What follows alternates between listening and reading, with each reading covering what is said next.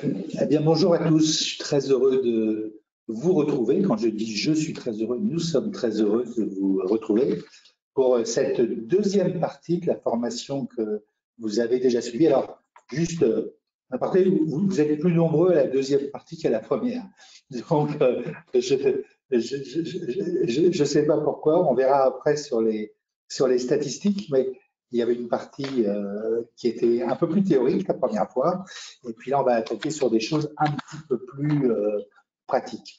Donc, je ne vais pas parler très longtemps, juste pour vous dire que, bien évidemment, cette formation vous permettra d'avoir des attestations, que je dis un grand merci à nos animateurs, à Sabrina Cohen et à Yann Shaker. Sabrina qui a beaucoup travaillé sur la NEP 605. Vous savez que c'est une formation obligatoire que tous les commissaires aux comptes doivent avoir d'ici la fin de l'année. Et donc, on était heureux à Paris de l'offrir à tous les commissaires aux comptes qui sont rattachés à la CRCC de Paris. Pour ceux qui auront loupé ou si vous avez des gens autour de vous qui s'interrogent pour savoir déjà comment avoir cette formation, on aura encore 2 séances de rattrapage dans un premier temps. On en a une qui est organisée les 18 et les 25 février. Vous savez que ça se joue en 2 fois. La première sera donc sera animée par Frédéric Amou et Frédéric Chouly. Vincent Amou et Frédéric Chouly. Vincent est élu au sein de la CRCC de Paris et Frédéric est un contrôleur qualité. On fait toujours des binômes entre les élus et les contrôleurs. Et puis la troisième session, les 18 et 25 mars, alors là, vous aurez un double contrôleur et un élu, parce qu'il y a Denis Zago qui est élu et contrôleur, et Marc Michel qui animeront donc cette troisième session. Je pense que là, vous allez rentrer dans quelque chose de plus concret, peut-être que la dernière fois, mais il fallait passer par la partie théorique. Encore un grand merci à Sabrina et à Yann, et je leur passe la parole parce que la séance va être dense. Vous êtes là pour 2 heures. Allez, à bientôt. Merci Vincent, merci pour cette introduction. Donc on est heureux de vous accueillir dans le cadre de cette deuxième session. Vous avez été nombreux à nous suivre la semaine dernière, vous êtes encore nombreux aujourd'hui. Alors pour rappel, la semaine dernière, on avait donc abordé le contexte de la NEP 9605, son environnement légal, et on avait démarré, on était rentré dans le vif du sujet et appréhendé les diligences avant d'accepter la mission. Vous avez été très nombreux à nous poser des questions. On a essayé d'y répondre puisque le délai était de 2 heures. Il reste encore des questions sans réponse auxquelles nous allons tenter de répondre en fin de session aujourd'hui. Voilà comment ça va se dérouler aujourd'hui. Tout comme la semaine dernière, en fait, à chaque fin de séquence, nous allons lancer des sondages pour essayer de rendre un petit peu plus interactif notre webinaire.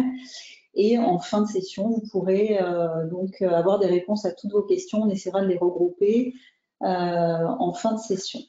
Et puis, ce que vous attendez tous, bien entendu, donc c'est le quiz qui donnera lieu à l'attestation de formation pour votre dossier donc, dans le cadre du contrôle qualité.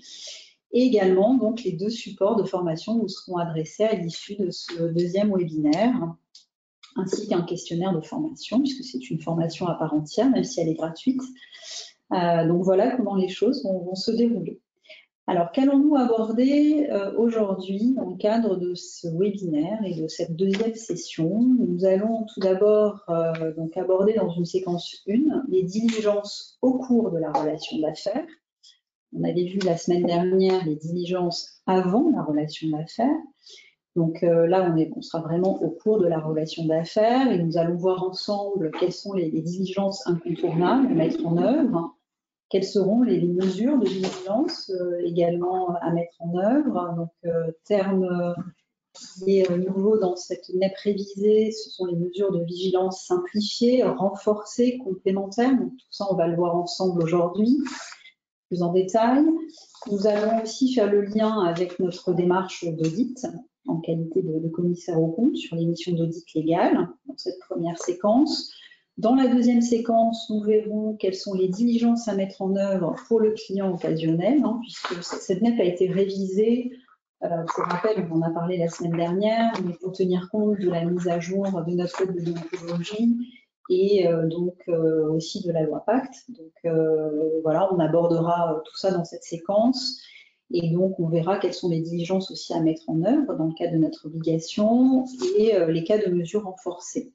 Nous verrons aussi dans le cadre d'une troisième séquence, donc Vincent disait qu'on rentrera dans le vif du sujet, mais là, ce sera vraiment dans la troisième séquence, quand et comment faire une déclaration de TRACFIN et quels sont les liens avec la révélation des faits délictueux. Donc, on a eu des questions à ce sujet la semaine dernière, là, on va y répondre. Et on verra aussi donc, la notion de confidentialité et secret professionnel qui est très importante. Et bien entendu, notre responsabilité aussi, qui est un élément important à aborder dans le cadre de cette troisième séquence. Et dans la dernière séquence, donc, qui va clôturer notre deuxième webinaire, on abordera la procédure à mettre en œuvre au sein du cabinet. Donc là, c'est Yann, en qualité de contrôleur qualité, qui vous apportera son éclairage terrain. Donc, quelle procédure à mettre en place et quelles sont les exigences du H3C voilà, comment formaliser votre approche par les risques, comment se déroule un contrôle interne, comment mettre en œuvre la procédure de contrôle interne dans le cadre de la NEP 9605 et donc l'approche aussi du contrôle H3C.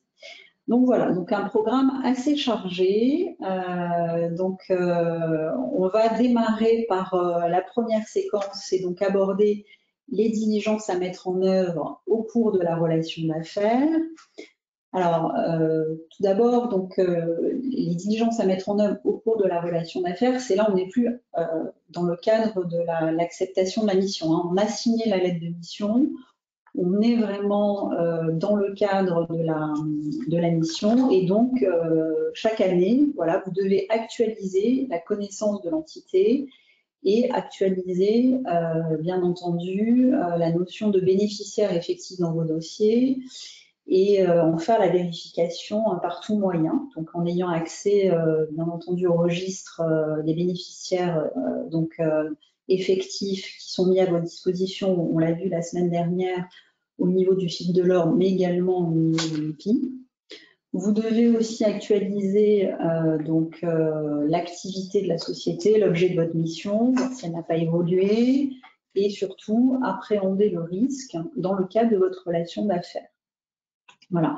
Et donc, si dans le cadre de cette mission pour laquelle vous êtes en cours, il vous est impossible d'actualiser le bénéficiaire effectif, parce que donc, le client s'y oppose ou vous n'avez pas l'information, vous devez, je dis bien vous devez, mettre un terme à la mission, même si vous êtes en cours de mission, et procéder immédiatement à une déclaration de TRACFIN. Alors, ça peut paraître assez surprenant comme démarche dans le cadre de cette NEP, mais en tout cas, l'idée, en fait, c'est vraiment de ne pas donner la possibilité à toute personne qui aurait l'ambition de blanchir de l'argent ou de financer le terrorisme, d'avoir recours à un commissaire aux comptes et finalement de nous utiliser dans le cadre de sa démarche délictueuse. Donc, c'est la raison pour laquelle on doit, bien entendu, mettre fin à la mission. Bon, tout ça est théorique. Après, c'est vrai qu'il faut faire preuve de jugement professionnel dans la démarche.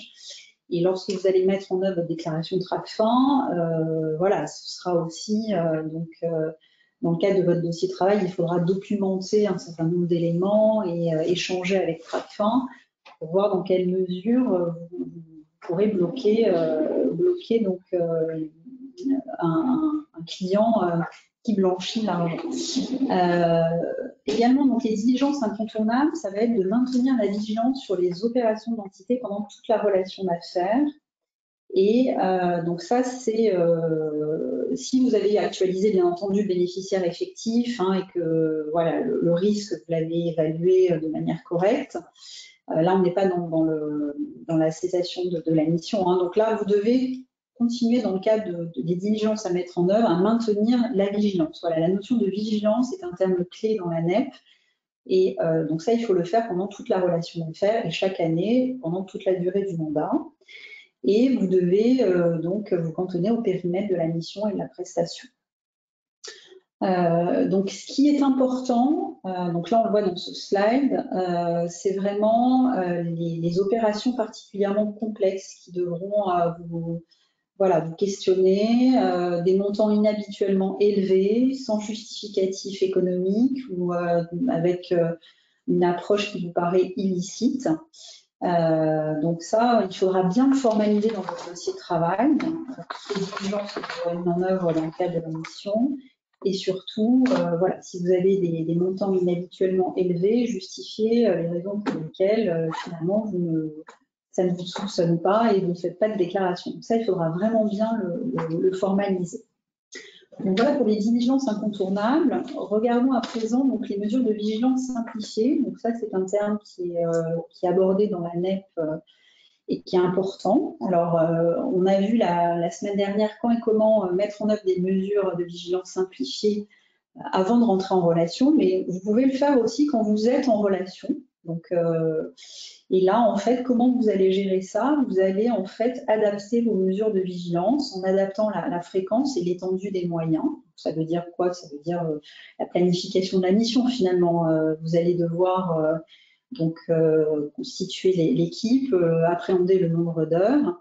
Et si vous voyez que vous êtes face à un risque de blanchiment et de financement du terrorisme qui est faible, vous allez donc adapter vos moyens. Également, la qualité de l'information collectée. Ça aussi, c'est important aussi dans le cadre des mesures de vigilance simplifiées. Vous pourrez alléger aussi l'information collectée et les sources d'information utilisées. Donc là, c'est pour les vigilances simplifiées. Regardons à présent quelles sont les mesures à mettre en œuvre pour des vigilances renforcées. Alors, le champ d'application des mesures de vigilance renforcée, c'est quand le risque vous paraît élevé. Donc, on a vu que la notion de risque s'appréhendait de 4 façons. Donc, la localisation de votre client, la nature de la mission de la prestation, ça va être également donc, les caractéristiques du bénéficiaire effectif. Et donc, si c'est en effet une personne exposée, donc on a défini ensemble la semaine dernière le terme de personne exposée. Alors, je vais le rappeler très rapidement. Une personne exposée, c'est une personne physique qui est exposée à des risques particuliers en raison de ses fonctions politiques, juridictionnelles ou administratives et qu'elle exerce depuis moins d'1 an, ou alors ça peut être aussi des membres directs de sa famille ou connus pour lui être étroitement associés. Donc voilà, donc là si vous êtes face à des personnes exposées, ça peut arriver chez certains de nos clients, là vous devez mettre en œuvre des mesures de vigilance renforcées et vraiment le formaliser dans votre dossier de travail. Ça, c'est une notion importante et je crois qu'Yann va intervenir. Oui, sur cette notion de personnes politiquement exposées, c'est vous qui devez faire la recherche en questionnant, en posant des questions justement à votre client pour savoir s'il est politiquement exposé ou pas, c'est-à-dire s'il faut renforcer votre mesure de vigilance ou pas. Donc, ce n'est pas une information qui doit venir spontanément de votre client, mais c'est une démarche proactive du commissaire aux comptes. Voilà ce que je voulais dire. Ok, merci Anne. Donc il y a également la vigilance complémentaire. Donc, je vous disais l'approche par les risques liés à la localisation. Donc on doit mettre en place des mesures de vigilance complémentaires quand on délivre une mission auprès d'une personne physique ou morale qui est domiciliée dans un État identifié par le GAFI ou l'Union européenne. On a partagé ensemble la semaine dernière la liste GAFI, avec la liste noire, la liste grise et également donc, la liste de l'Union européenne. Donc là, vraiment, on ne veut pas dire que vous ne pouvez pas travailler avec des clients qui sont domiciliés dans ces pays, mais en tout cas, vous devez vraiment formaliser les mesures de vigilance complémentaires si vous avez des clients qui sont situés dans ces pays. Voilà, ça c'est vraiment très très important à mettre en œuvre. Alors, je vous parlais des liens avec la démarche d'audit. En effet, dans le cadre de vos missions de certification et il est important donc de faire ce lien et de répondre aux obligations de vigilance au cours de la relation d'affaires dans le cadre des procédures analytiques, mais également de faire aussi un lien avec les transactions des parties liées dans le cadre donc, de la démarche de la NEP, mais aussi de faire le lien avec les audits d'opérations de trésorerie. Voilà, tout doit être vraiment imbriqué. Et il va falloir affûter son esprit critique et bien entendu sensibiliser et renforcer votre équipe d'audit. On parlait de planification de mission, ça c'est important, mais tout au long de la mission, donc les équipes d'audit doivent être formées, donc, même si ils ne sont pas CAC inscrits et pas tenus à une obligation de formation, il va quand même falloir les former et les sensibiliser. Hein. Si vous avez un cabinet avec une équipe importante, donc ça, il va bien falloir, si le risque est élevé, sensibiliser vos équipes sur les dossiers à risque. Et également, donc en tout cas, si le risque vous paraît élevé, augmenter bien entendu la supervision de vos travaux en qualité de CAC signataire sur ces missions. Donc voilà pour le lien avec la démarche d'audit et notamment la mise en œuvre des vigilances renforcées. Alors, on parlait de la planification de la mission. Donc, je répète encore, hein, je vous l'ai dit, mais je le répète, il faut vraiment documenter l'obligation de vigilance dans vos dossiers de travail. Donc ça, Yann vous en parlera en séquence 4. Et donc, faire un tableau, une synthèse, en fait, sur l'ensemble de vos dossiers, de l'évaluation de ce risque de blanchiment et de financement du terrorisme, et des conséquences en termes de vigilance. Donc voilà, dossier par dossier, il va falloir évaluer le risque pour que dans le cadre du contrôle qualité, vous ayez vraiment un document de synthèse qui résume en tout cas le risque que vous avez appréhendé sur chaque dossier. Et il faudra aussi préciser donc les opérations sujettes à soupçon. Bon, ça c'est vraiment voilà, donc ça ce sera dans le cas d'un risque élevé qu'il faudra appréhender cette notion. Voilà pour la séquence 1, en tout cas qui traitait des diligences au cours de la relation d'affaires. Nous allons, comme je vous le disais en introduction, lancer un sondage, donc un premier sondage, voilà, pour rendre un petit peu plus interactif notre webinaire. Et donc, je laisse la main à la régie, voilà, pour lancer la première question.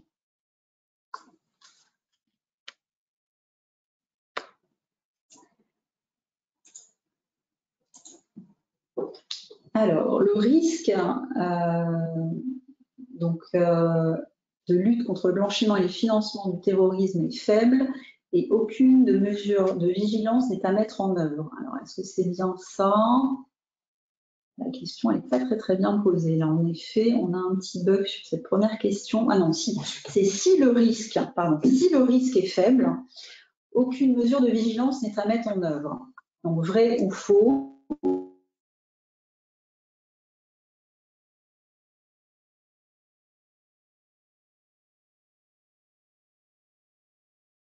Qui est faible, adapter les mesures de vigilance. Et on l'a vu, vous pourrez mettre en œuvre des mesures de vigilance simplifiées dans le cadre d'un risque faible. Donc 95% de faux et 5% de vrai. Donc là, 95% de juste. Voilà. On aurait préféré 100 parce que c'est vrai qu'il faut comprendre qu'un commissaire aux comptes, dans un environnement pour la problématique de lutte contre le blanchiment et le financement du terrorisme, il y a toujours à faire. Il faut juste graduer et moduler l'intervention et les investigations du commissaire aux comptes en fonction de présence ou pas de risque sur ce thème-là. Voilà. Et qu'il y a toujours à faire, mais il faut adapter. Alors, deuxième question. Deuxième question, les nouvelles missions du CAC sont exclues du champ de la NEP 9605. Donc ça, vous allez en parler dans la séquence suivante, mais on en a parlé la semaine dernière. Donc allons-y. On attend vos réponses. Autrement dit, est-ce que le commissaire aux comptes n'est intéressé par le 9605 que lorsqu'il est certificateur des comptes?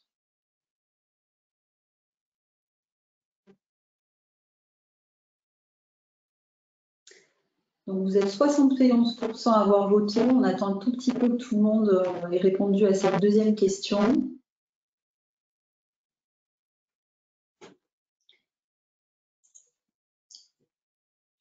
La réponse est 95%. Donc on a 95% de faux et 5% de vrai. Bien entendu, c'est faux. Voilà. Yann va vous le présenter dans la deuxième séquence. En fait, la NEL 96 a bien été révisée pour ces raisons-là. C'est pour intégrer désormais les nouvelles missions du commissaire aux réponses dans le cadre de la NEL. Troisième question, le CAC doit-il actualiser régulièrement sa connaissance de l'entité ?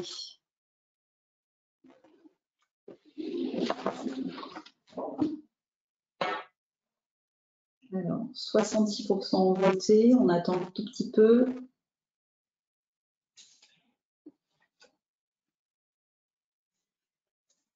Bon, ça c'était vraiment une question facile. En effet, c'est vrai. Donc, on l'a vu dans le cadre de la relation d'affaires, les diligences doivent être actualisées. C'est bien entendu un vrai. On a 99% de bonnes réponses.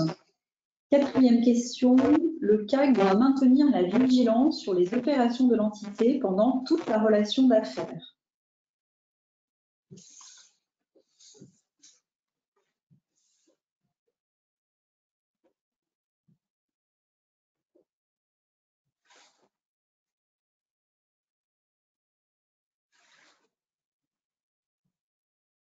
Eh bien, c'est vrai également. Donc, vous avez à 98% donné une bonne réponse.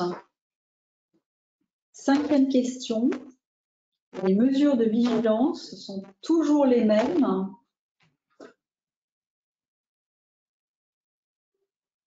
quel que soit le niveau de risque.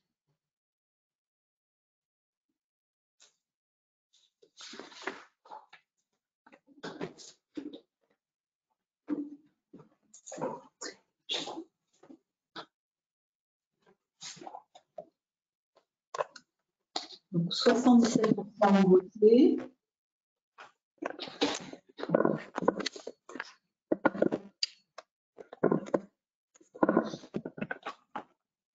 Et ont bien voté. En effet, c'est faux.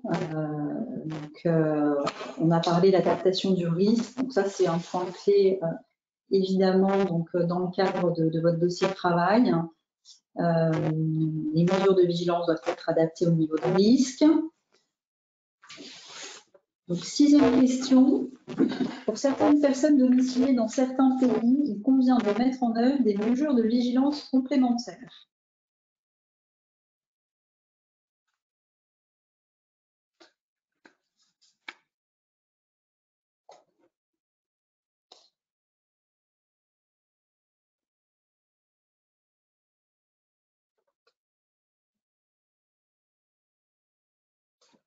Donc là, vous êtes 80% à avoir voté.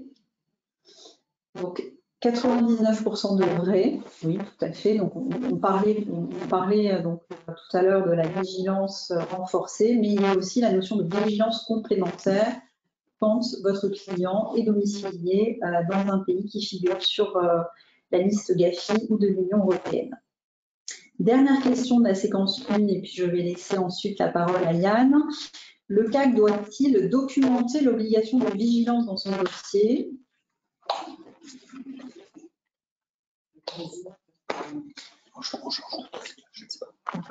Il faut expliquer qu'on va couper le son quelques instants.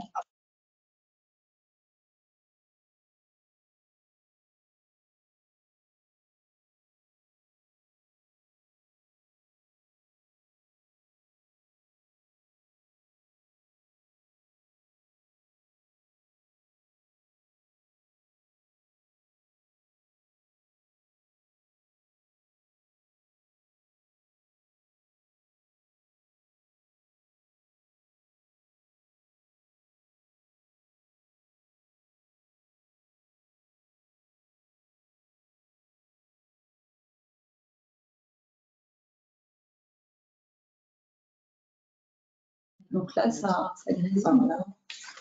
De l'ordinateur. Ici, là, donc, on va paramétrer Logitech. Pareil, Logitech. OK. Si, allez-y. Ah si, la dernière question.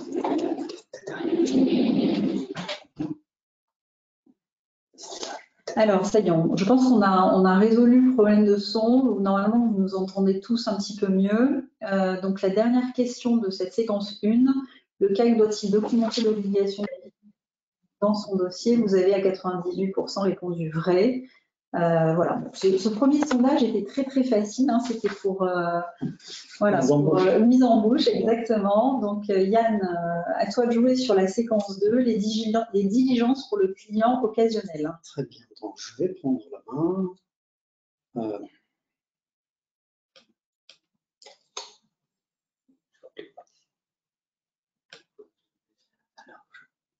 Si tu veux, je peux défiler les slides. Oui. Si tu veux juste démarrer. Que je prenne la main sur l'ordi.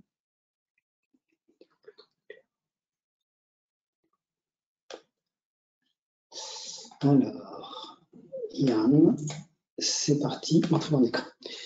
Très bien, donc je vais aborder avec vous la deuxième partie concernant les diligences pour les clients occasionnels. Alors, pour comprendre cette notion de client occasionnel que ceux de moins de 20 ans n'ont jamais connue, c'est une notion, j'allais dire plus ou moins nouvelle, mise en place par la loi Pacte, et c'est l'article 21 de la loi Pacte qui a autorisé donc les commissaires aux comptes à faire autre chose que la certification des comptes, et on va préciser de quoi il s'agit.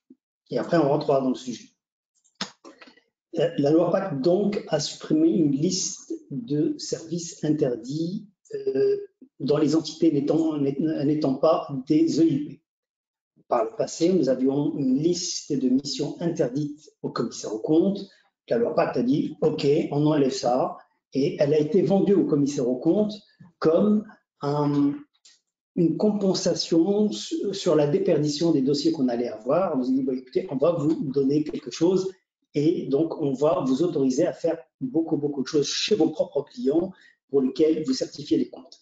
Et donc, que vous soyez commissaire aux comptes, certificateur légal, donc dans le contrôle légal, vous pouvez donc être nommé commissaire aux comptes pour la certification, ça c'est le côté connu et classique, mais aujourd'hui vous pouvez aussi être nommé commissaire aux comptes, mais pour des missions hors contrôle légal, avec bien sûr quelques limites.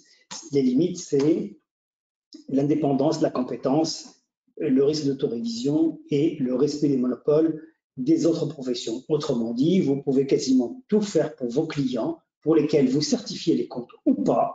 Vous pouvez faire des prestations, et ces prestations-là, à condition qu'elles respectent ces 4 limites, l'indépendance, la compétence, le risque d'autorévision et le respect des monopoles des autres professions.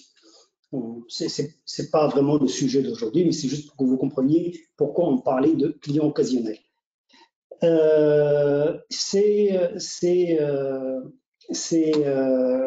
Lorsque vous avez une mission pour votre client pour lequel vous certifiez les comptes, vous avez une mission où vous sentez que vous êtes limite dans l'indépendance, où vous êtes limite dans l'autorévision, où il faut mettre l'analyse des l'analyse des risques et mesures de sauvegarde pour vous assurer que vous n'êtes pas dans l'interdiction, vous n'êtes pas dans l'autorévision. Donc voilà. Ce slide donc explique la suite. La suite, c'est la mission occasionnelle qui est ici. Et donc, la principale diligence à réaliser lorsqu'on est alors, attendez, excusez-moi. Donc, la loi Pacte a ouvert le champ d'investigation, c'est ce qu'on a dit, et donc les conséquences, c'est l'application du code de déontologie, et du coup, la mise en œuvre des diligences spécifiques au blanchiment de capitaux et lutte contre le terrorisme, elle est aussi valable sur les missions occasionnelles. C'est-à-dire quand vous êtes commissaire aux comptes, vous êtes chargé de faire des investigations pour la problématique du blanchiment, mais aussi pour les opérations occasionnelles pour lesquelles vous êtes nommé. Les principales diligences à réaliser, donc l'obtention, quand vous êtes donc dans cette situation de mission occasionnelle, c'est l'obtention des informations sur la nature des opérations concernées. Parce que le champ d'investigation, ce n'est plus comme le champ classique de certification de compte qui était connu depuis des dizaines d'années. Donc, on connaissait le champ d'investigation. Là, la nature des opérations concernées doit être élucidée. Le commissaire aux comptes doit savoir ce qu'on lui demande de manière très précise pour qu'il estime le risque de blanchiment dans cette mission. Pas d'identification du client occasionnel et du bénéficiaire effectif, ni de vérification de leur élément d'identification. C'est-à-dire que dans une situation où on vous demande une petite mission, vous n'avez pas l'obligation de l'identification du client occasionnel, ni du bénéficiaire effectif, sauf si la prestation envisagée couvre une opération ou un ensemble d'opérations supérieur à 15 KO. Donc, quand on va demander à un commissaire aux comptes d'intervenir sur une opération, généralement, elle est largement supérieure à 15 000 €. Autant dire que vos obligations d'identification du client occasionnel et du bénéficiaire effectif, elle est quasiment permanente et tout le temps. Ou lorsque vous avez pressenti un risque qui caractérise l'opération et qui peut vous conduire à une déclaration TRACFIN. C'est-à-dire que vous avez une opération supérieure à 15 000 € ou vous avez une opération relativement louche, vous dites celle-ci, elle va droit à TRACFIN. Auquel cas, vous devez faire l'identification du client occasionnel et vous devez faire l'identification du bénéficiaire effectif. Okay? Donc, il est notamment concernant l'identification et la vérification des éléments d'identification du client, demander un justificatif du domicile actuel. Si vous avez un client qui vient vous voir, un client personne physique, il vous donne sa pièce d'identité, mais vous lui demandez un justificatif de domicile. Abonnement téléphonique ou abonnement Internet ou quelque chose comme ça, parce que l'identification par la carte d'identité nationale ne suffit pas. L'adresse peut changer. Donc, il faut être certain que pour cette opération occasionnelle, vous pouvez être emmené dans des opérations relativement louches. Et du coup, il faut être certain que la personne en face de vous est bien la bonne personne et son domicile bien connu. Donc, on peut demander un justificatif de domicile actuel du client, personne physique, obtenir les statuts, solliciter directement les documents auprès des tiers, c'est-à-dire vous ne demandez pas le cabis, vous allez le chercher au greffe, vous ne demandez pas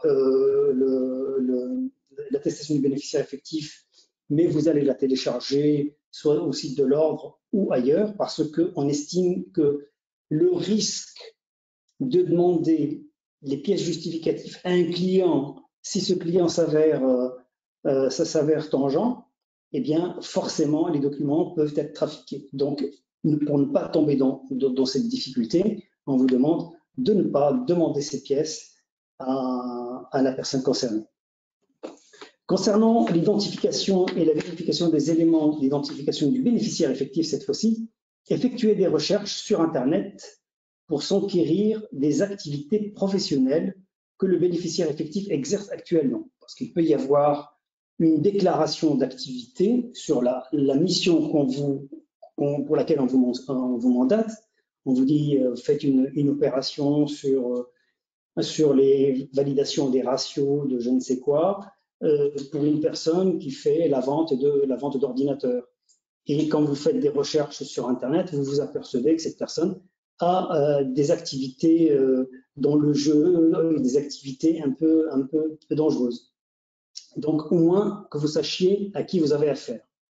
Lorsque le client est une personne ou une entité tenue de déclarer au registre du commerce et des sociétés des informations relatives aux bénéficiaires effectifs, il faut donc demander une copie d'un document officiel en cours de validité comportant la photographie du bénéficiaire.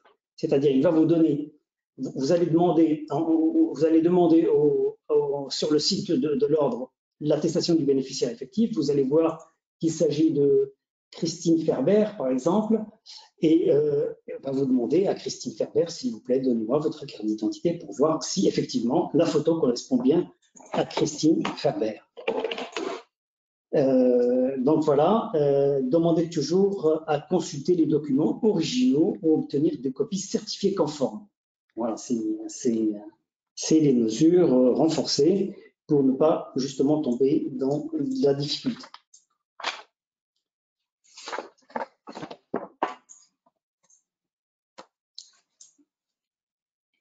Donc voilà, c'est les mesures renforcées, donc c'est ce que je viens de dire. Et vous avez un petit sondage. Qui va lancer le sondage?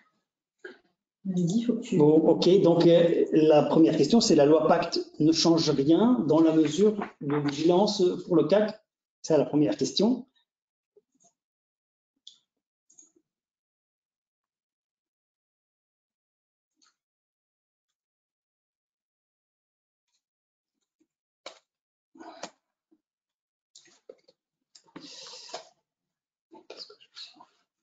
Alors, excusez-moi, je vais juste... Alors, on a 78% de votants. Sur les 78% de votants, on a 65% de faux. Qui est la bonne réponse? Qui est la bonne réponse et 35% de vrai.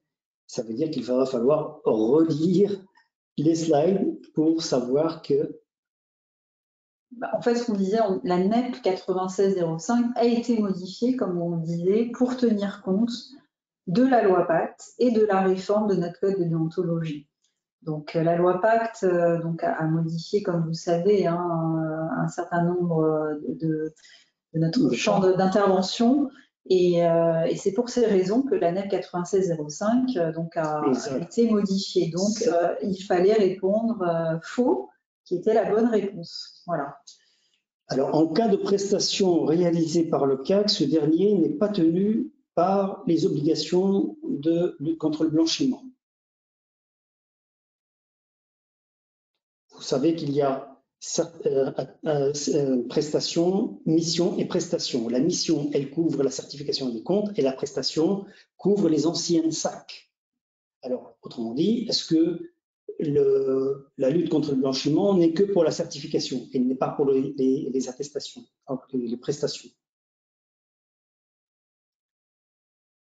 On a 78% de réponses et on vous a toujours dit que, quelle que soit la mission du commissaire aux comptes, elle doit couvrir cette problématique de lutte contre le blanchiment, systématiquement. Donc, c'est non. Voilà. Donc, elle ne couvre pas que la prestation, elle couvre la prestation, la mission et la prestation. Donc, la réponse, c'est non. Et la troisième question, le CAC est toujours obligé d'identifier le client occasionnel ou les bénéficiaires effectifs et de vérifier les éléments.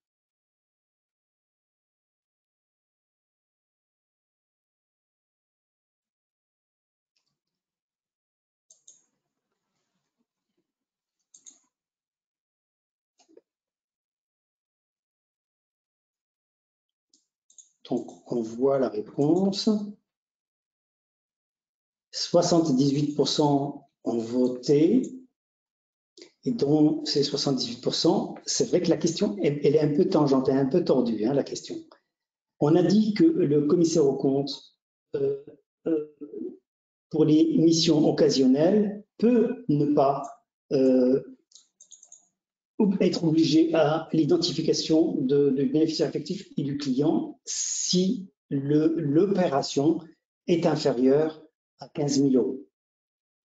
Donc, ce n'est pas systématiquement, si l'opération est inférieure à 15 000 €, il n'a pas cette obligation-là. Voilà. Donc, la réponse, c'est oui. Et donc, oui, à 46%. Il y a de la révision à faire. Donc là, tu as Merci. terminé, Et voilà, donc c'est là, deux. je passe à la séquence numéro 3 concernant... Non, c'est moi qui reprends la main sur les Voilà. déclarations de TRACFIN. Alors, on a vu donc les diligences à mettre en œuvre avant la relation d'affaires, au cours de la relation d'affaires et pour le client occasionnel, voilà, dans le cadre des nouvelles missions. Donc là, maintenant, on va vraiment rentrer dans le vif de la déclaration de TRACFIN. On va voir ensemble quand et comment faire une déclaration. On a eu une question à ce sujet d'ailleurs et on va y répondre dans cette séquence. Alors, tout d'abord, quand faire une déclaration? Donc, elle doit être effectuée a priori afin, le cas échéant, de permettre à TRACFIN d'exercer son droit d'opposition. Donc ça, c'est important. Je vais le mettre en grand écran. Voilà. Donc, comme on disait, en fait, pourquoi la déclaration doit se faire a priori? C'est vraiment avant même d'avoir signé aussi donc, la mission. Et comme je le disais en introduction, c'est pour permettre d'éviter de cautionner en qualité de commissaire aux comptes des opérations qui ne devraient pas avoir lieu. Donc, par dérogation, la déclaration peut intervenir après la réalisation de l'opération dans 3 cas suivants. Donc, c'est l'impossibilité de surseoir à son exécution. C'est un report qui pourrait faire obstacle au bon déroulement des investigations en cours. Donc, c'est vrai que parfois, TRACFIN pourrait avoir envie qu'on ne mette pas fin complètement à la mission. Ah, on ne voit pas les slides, d'accord. On me dit qu'on ne voit pas les slides. Alors, je vais reprendre la main. Alors, pourquoi est-ce qu'on ne voit pas les slides? Excusez-moi, petit problème technique.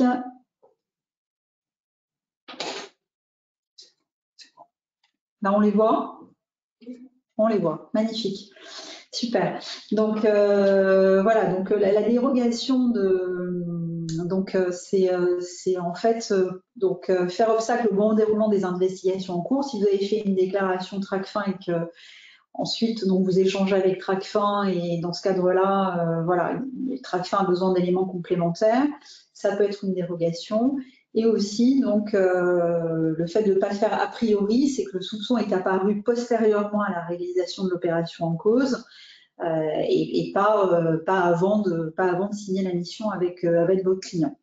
Donc, voilà. Mais dans ces cas de figure, donc, vous devez informer TRACFIN sans délai. La loi ne prévoit pas de seuil déclaratif. Donc ça, c'est très, très important. Quel que soit le montant, si vous avez le moindre soupçon, il faut lancer la déclaration à TRACFIN. Et il y a une obligation générale qui a été introduite dans la NEP révisée 9605 de conserver les documents pendant 5 ans. Donc ça, c'est très important. Et donc, tous les éléments de nature à infirmer, conforter ou modifier le contenu de votre déclaration doivent être sans délai portés à la connaissance de TRACFIN. Alors, le soupçon, on l'a défini la semaine dernière, mais pour rappel, donc, vous avez l'obligation de déclarer à TRACFIN les sommes, les opérations dont vous savez, dont vous soupçonnez, dont vous avez de bonnes raisons de soupçonner qu'elles proviennent d'une infraction passive d'une peine privative de liberté supérieure à 1 an ou participe au financement du terrorisme. Donc, voilà pour rappel la définition du soupçon.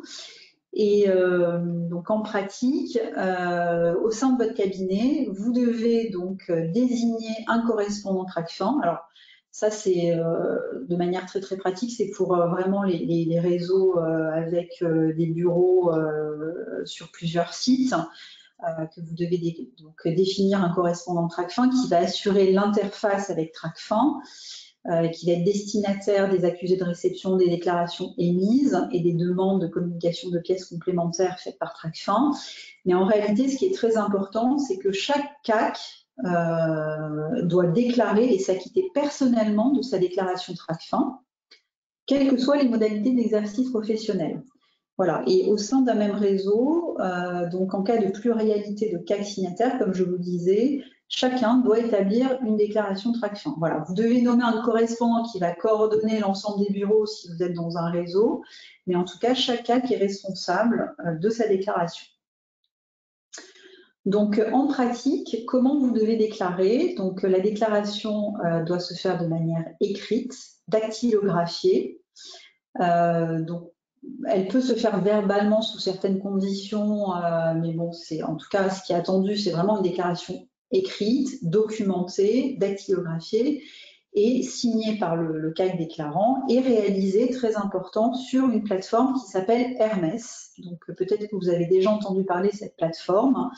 En tout cas, on vous a mis le lien, elle est accessible soit sur le site TRACFIN, soit sur le site économie.move. Et donc, s'il y a un sujet technique, vous n'avez pas la possibilité de déclarer via le site, vous pouvez aussi envoyer donc, votre dossier par lettre recommandée à R si vous avez un petit sujet technique. Donc, voilà comment déclarer.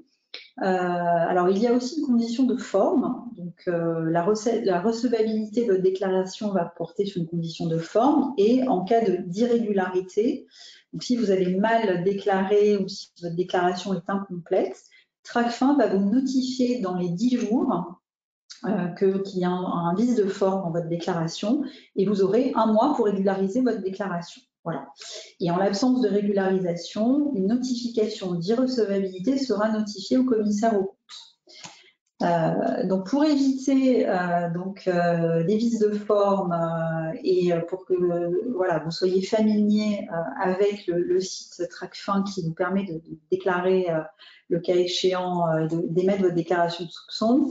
Donc là, on vous a mis les 2 liens. N'hésitez pas à aller sur les sites via ces 2 liens.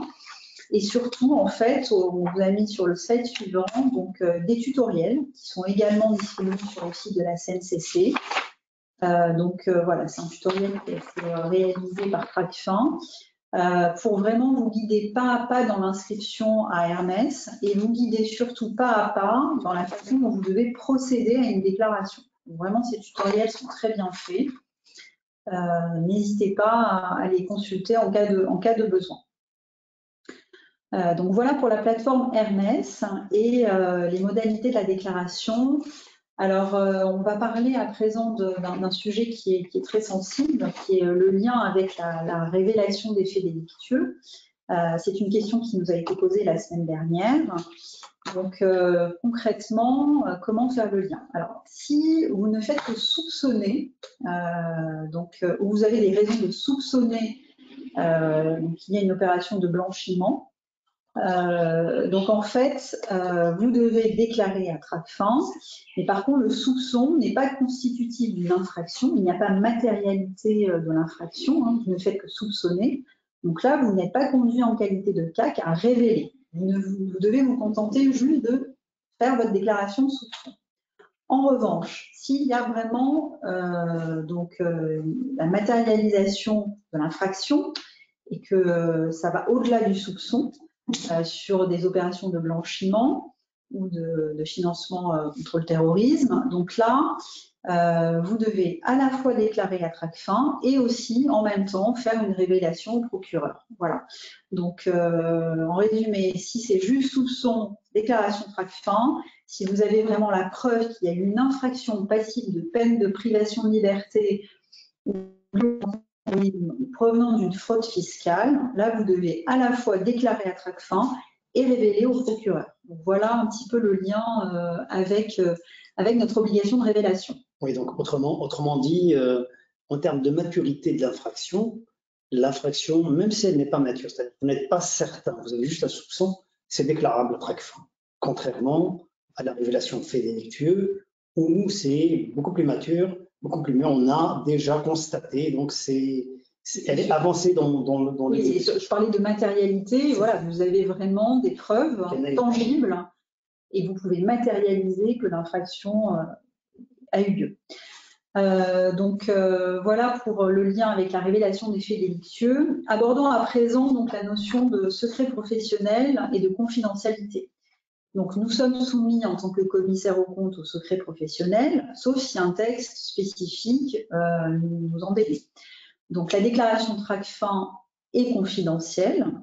Attention, elle ne doit pas figurer dans votre dossier de travail. Donc ça, c'est très important.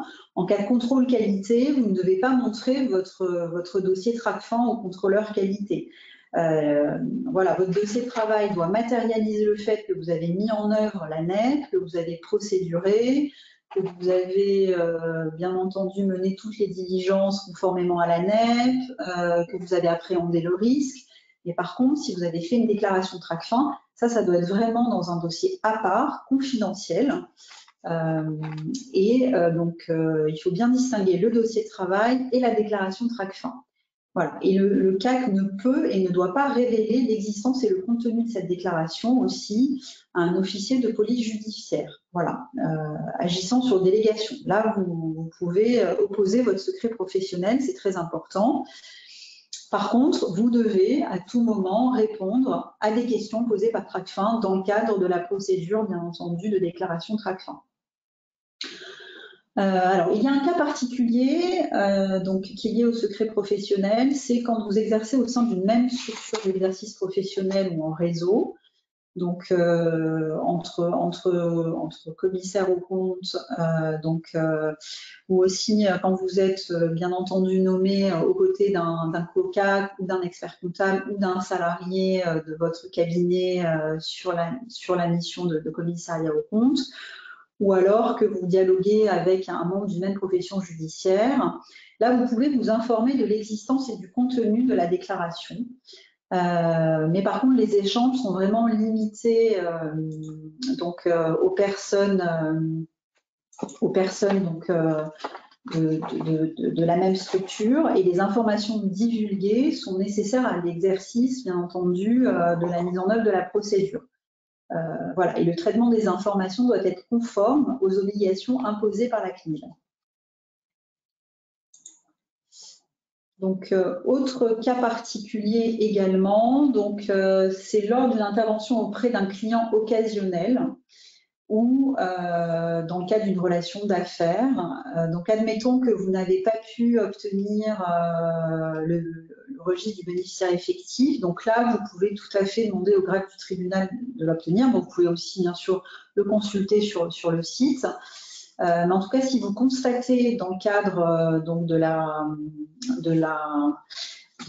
l'analyse de ce registre de bénéficiaires effectifs qui n'est pas à jour, vous devez sans délai informer le greffe.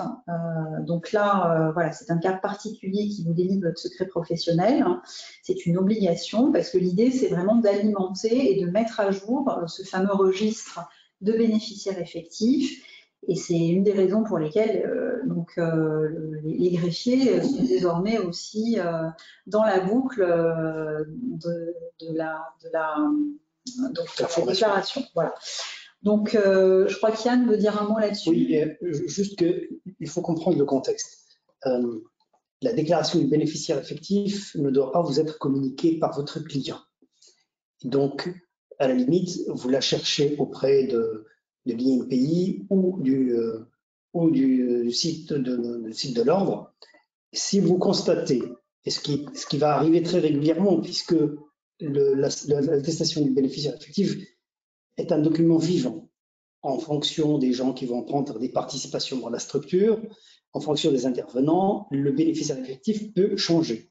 Donc, si vous constatez un changement, c'est-à-dire que le document qu'on vous a dit n'est plus à jour, ce qui va arriver très souvent, vous n'avez pas l'obligation d'aller informer votre client, vous informez le greffe directement. Parce que de toute façon, ce n'est pas le client qui vous a donné la BE. Alors, le client peut donner la BE. Bien sûr, mais nous, en tout cas, sur nos dossiers, on demande. Demande, mais par contre, il faut recouper. Exact. Voilà, c'est ça qui est important. C'est le recoupement. Absolument, parce qu'il peut vous donner des documents qui ne sont pas bons. Exactement. Donc, il faut que vous ayez matérialisé le contrôle du registre qui vous a été communiqué par le client. Et si vous vous rendez compte que ce n'est pas à jour, donc il faut en informer sans délai. Donc voilà, donc ça c'est vrai qu'en termes de... Vous avez tous constaté que la déclaration de bénéficiaire effectif, elle est déclarative, on peut dire ce qu'on veut. Oui, en tout cas il faut regrouper. Donc voilà pour ce qui est donc du cas particulier, en tout cas sur la mise à jour des registres et le lien avec le greffe. Alors, autre notion, donc, je ne sais pas si ça vous a échappé ou pas, mais dans le code de déontologie, le CAC peut fournir, en tout cas, des prestations conduisant à recevoir ou à conserver ou à délivrer des fonds. Alors, ça peut paraître surprenant qu'un CAC se lance dans une telle mission, mais en tout cas, c'est autorisé par le nouveau code de déontologie. Et donc, Tracfin a bien encadré cette mission et il nous indique qu'il faut s'abstenir de toute opération portant sur des sommes pour lesquelles le CAC soupçonne qu'elles proviennent d'une infraction passible d'une peine privative de liberté ou si vous soupçonnez, bien sûr, que ces fonds sont liés au financement du terrorisme. Voilà. Donc, la réalisation de ces opérations n'est possible qu'avec l'accord Tracfin, très important. Et ce type de mission est quand même très très border, donc faites très attention, surtout voilà, lorsque l'opération vous sentez qu'elle est pas clean du tout. Donc là, Tracfin vraiment a mis des warnings sur cette mission, bien que le code de déontologie l'autorise. Donc voilà, on voulait aussi vous parler de ce sujet-là. Donc, on va également vous parler de la durée de conservation dans le cadre de la déclaration. Donc, on l'a dit, c'est 5 ans. Donc, pour les missions de certification à compter de la fin du mandat. Et pour les autres missions particulières, donc type prestation, c'est à compter de la fin de la mission. Et pour la déclaration de Tracfin, vous savez qu'il ne doit pas être dans votre dossier de travail, mais dans un endroit sécurisé. Donc, c'est à compter de l'envoi du dossier. Voilà, que vous devez la conserver. En revanche, dans le dossier de travail, bien sûr, comme vous le disiez, donc là, bien documenté, toutes vos mesures de vigilance, donc ça je vous l'ai déjà dit, la vérification des infos du bénéficiaire effectif, l'appréhension des risques, la planification des missions si le risque vous paraît élevé. Voilà, donc ça, vous allez le voir avec Yann dans la dernière séquence. Et hors du dossier de travail, donc la déclaration de soupçon et toutes les pièces justificatives et les correspondances avec Tracfin. Alors, abordons à présent la responsabilité du commissaire aux comptes. Bon, la bonne nouvelle, c'est qu'une déclaration de Tracfin de bonne foi du commissaire aux comptes a pour conséquence une exonération totale des poursuites pénales du commissaire aux comptes, au motif suivant, donc dénonciation calomnieuse, non-respect du secret professionnel, atteinte au secret professionnel. Voilà. Et cette exonération s'applique, même si le caractère délictuel des faits ou les poursuites engagées font l'objet d'un non-lieu, d'une relaxe ou un acquittement. Voilà. Et la protection est similaire en matière de responsabilité civile et de sanctions professionnelles sur ces thématiques. Donc voilà, il ne faut pas hésiter si vous avez le moindre soupçon à révéler, puisque vous voyez bien que votre responsabilité est protégée sur ce périmètre. En revanche, donc Tracfin peut informer le H3C aux fins d'éventuelles poursuites disciplinaires si vous n'avez pas correctement mis en œuvre donc toutes les mesures qui sont liées notamment à la norme professionnelle 9605. Et surtout, voilà, si en effet, Tracfin suppose que vraiment les manquements sont répétés, graves, et que le H3C met en œuvre un contrôle et qu'on voit que vous avez vraiment de manière répétée passé sous silence les soupçons qui étaient vraiment avérés. Donc là, en cas de manquement, des sanctions sont possibles. Pour le non-respect de la mise en place des procédures Tracfin, également le non-respect de l'obligation de formation. Donc ça, si le H3C se rend compte que vous n'avez pas ou vous n'êtes pas formé comme il se doit, donc là, vous encourez un certain nombre de sanctions. Alors, en pratique, que faut-il déclarer? On a parlé de soupçons, mais pour terminer sur cette troisième séquence, je voulais attirer votre attention sur un certain nombre de critères qui avaient été définis par le Code monétaire et financier et que je trouvais très utiles, en tout cas, pour attirer votre attention et celle de vos équipes et de vos collaborateurs soupçonner, soupçonner certaines choses. Alors, tout d'abord, c'est l'utilisation de sociétés écran. Et surtout, si l'activité ne vous paraît pas cohérente avec l'objet social. Donc ça, c'est vraiment important. Il faudra mettre en œuvre des mesures spécifiques si dans vos dossiers, vous avez plusieurs sociétés écrans où l'objet social ne vous paraît pas cohérent. Voilà, ça c'est le deuxième critère aussi, c'est la réalisation d'opérations financières par des sociétés qui sont sujets à des changements statutaires fréquents et non justifiés. Voilà, si chaque année vous avez un changement d'actionnaire qui vous paraît louche, donc ça aussi c'est un critère qui peut vous alerter. Troisième critère aussi qui peut vous alerter, c'est le recours à l'interposition de personnes physiques, n'intervenant qu'en apparence. Voilà, donc ça c'est un critère aussi qui peut vous alerter. Quatrième critère, c'est la réalisation d'opérations financières incohérentes ou d'opérations suspectes. Et cinquième critère aussi, ça peut être la progression forte et inexpliquée de sommes créditées, de mouvements importants crédités, voilà, qui augmentent de manière importante le nombre et le volume des opérations, voilà, surtout si certaines opérations sont en sommeil ou peu actives. Donc voilà, si vous voyez des sommes inhabituelles, c'est un critère important à relever. Autre critère, c'est la constatation d'anomalies dans des factures ou des bons de commande. Donc ça, il faut bien sensibiliser vos équipes d'audit sur le sujet. Voilà. Et aussi un recours inexpliqué à des comptes de passage, voilà, des comptes courants importants, non justifiés, hein, pas seulement au débit. Voilà, là, on parle de comptes courants créditeurs importants qui pourraient être inexpliqués. Donc ça, il faut que ça vous alerte également. Et le huitième critère défini par le Code monétaire et financier, c'est le retrait fréquent d'espèces d'un compte professionnel. Ça aussi, c'est un critère important. Voilà. Donc voilà les 8 critères qui peuvent vous amener à soupçonner et à mettre en œuvre une déclaration de soupçon. Vous avez également des cas pratiques qui sont très très bien faits sur le site TracFin. Là, on n'avait que 2 heures, donc il nous paraissait difficile de tous les présenter.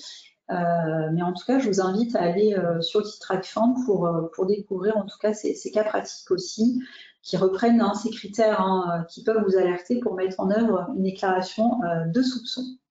Donc voilà, j'en ai fini avec la 3e partie. On a abordé beaucoup de choses. Peut-être qu'il y aura des questions, on y répondra en fin de séminaire. Et il y a un 3e sondage qui va être lancé. Oui, je voudrais juste clarifier un point concernant l'immunité du commissaire aux comptes. Donc vous avez compris que le commissaire aux comptes, il est couvert dès lors qu'il a lancé sa procédure d'alerte, sa révélation, donc sa déclaration TracFin. Il y a quelques zones d'ombre sur l'application de la réglementation concernant l'immunité du commissaire aux comptes. C'est lorsque le commissaire aux comptes, sentant une affaire pas très claire, sort du cadre de sa mission. C'est-à-dire qu'il démissionne, il dit écoutez, je ne m'occupe pas de vous, je vais partir. S'il est attaqué pour des raisons professionnelles, donc contractuelles, il peut être embêté pour une rupture des pourparlers ou rupture contractuelle. Et la loi n'a rien fait pour le protéger à ce niveau-là. Pour qu'il se protège, il faut qu'il déclenche la procédure de révélation pour déclaration TracFin. C'est-à-dire que vous avez l'obligation, pour vous protéger, d'aller plus loin et donc d'aller faire une action, une déclaration de soupçon à TracFin. Ça, c'est le premier point. Donc, si vous partez en cours de mission parce que vous n'êtes pas content, parce que vous sentez que c'est bizarre, eh bien, vous pouvez être attaqué. Et là, la loi n'a rien prévu. Pour être protégé, il faut donc faire la déclaration de soupçon à TracFin. Ça, c'est le premier cas. Le deuxième cas, c'est qu'on ne sait pas exactement comment la procédure d'immunité va se dérouler. Et donc, parfois, vous pouvez être attaqué en tant que commissaire aux comptes et pour vous protéger, on est obligé de verser dans le dossier d'instruction votre déclaration de TRACFIN. Justement, ce que cherche le commissaire aux comptes à éviter. Il veut éviter ça. Et donc, voilà, c'est un peu bizarre. On fait une déclaration TRACFIN, elle est confidentielle. Normalement, le client ne doit pas le savoir. Et pour se défendre, parfois, eh bien, il va falloir montrer qu'on a fait une déclaration pour aller au tribunal. Et donc, vous êtes déshabillé. Voilà, c'est les deux points noirs sur cette procédure de révélation de déclaration de soupçon. Alors, le sondage est lancé, hein, Yann, pendant que tu parlais, et on a donc eu nos premières réponses. Seulement 54% ont voté, donc je vais lire la question. C'est le sondage qui porte sur les déclarations TRACFIN. Donc, je viens de faire ma 50e déclaration de soupçon. Je réunis tous les collaborateurs et mes associés pour fêter cette performance et leur expliquer le contexte. Alors, donc, bien entendu, vous avez été à 94% à répondre faux, ce qui est faux. Hein. Donc on a parlé évidemment du fait qu'on était délié du secret professionnel au sein d'un même cabinet. En revanche, c'est vraiment pour les besoins de la déclaration de soupçon. Hein. Il n'est pas question d'aborder tout ça dans le cadre d'un contexte différent. Donc voilà pour cette première question. Donc, deuxième question de cette séquence 3. Donc, c'est je pense faire une déclaration de soupçon. Je peux en parler avec l'expert comptable du dossier, avec l'avocat du dossier, avec le DAF.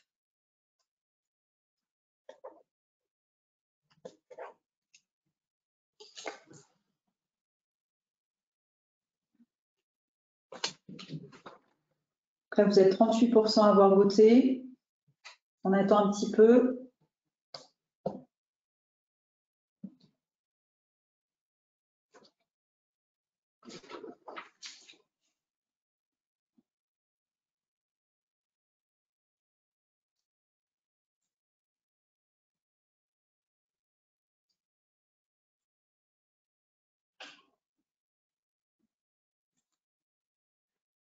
Donc, 77% ont voté. Donc, bien entendu, c'est oui avec l'expert comptable du dossier et l'avocat, hein, on l'a dit, ça faisait partie donc des possibilités. Vous êtes déliés pour aborder le sujet de votre soupçon. En revanche, avec le DAF, non, le DAF est un salarié de votre client. Donc là, vous n'êtes pas délié. Votre déclaration de soupçon doit rester tout à fait confidentielle. Troisième question de la séquence 3. Donc, en matière de lutte contre le blanchiment et le financement du terrorisme et de déclaration de TRACFIN, je suis déliée vis-à-vis du COCAC. C'est parti.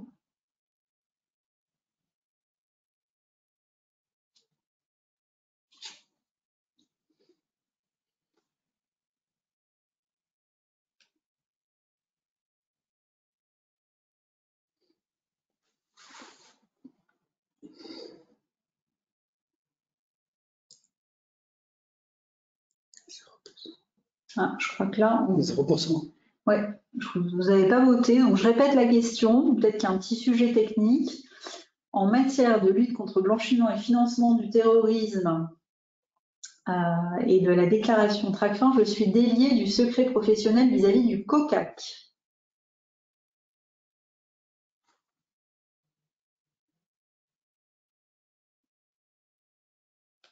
Alors, je ne sais pas pourquoi le sondage ne fonctionne pas.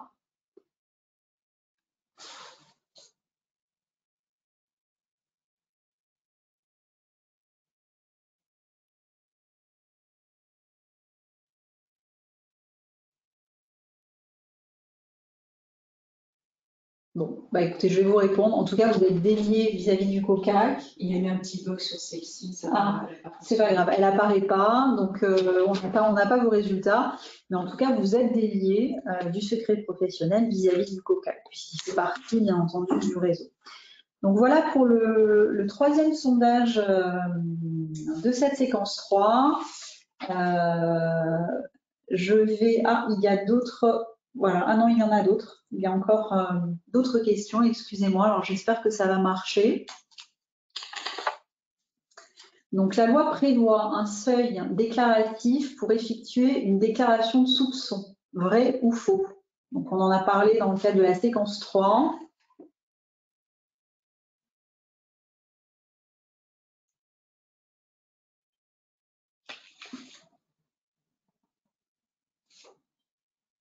À partir de quelle somme l'infraction ou la déclaration doit être faite? Non, est-ce que la loi prévoit un seuil? C'est ça. Voilà. Oui. Donc 80% de votants ont dit faux, et ben c'est une bonne réponse. En effet, on l'a abordé ensemble, aucun seuil n'est prévu par la loi pour déclarer le soupçon. Le CAC doit désigner auprès de Tracfin un correspondant.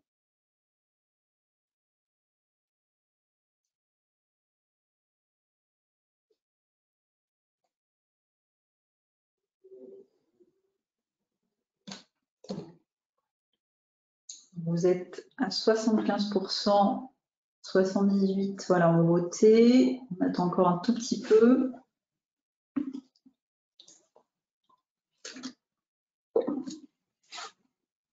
Eh bien, c'est vrai. Donc, vous devez désigner au sein d'un cabinet avec plusieurs bureaux un correspondant, une pluralité de commissaires aux comptes, qui va faire le lien, en tout cas dans les échanges de documents avec Tracfin. En revanche, chaque commissaire aux comptes se doit, bien entendu, de signer sa propre déclaration de soupçon. Donc ça, c'est une nouveauté aussi de la NEP 9605. Avant-dernière question de la séquence, la déclaration Tracfin peut se faire sur Internet. –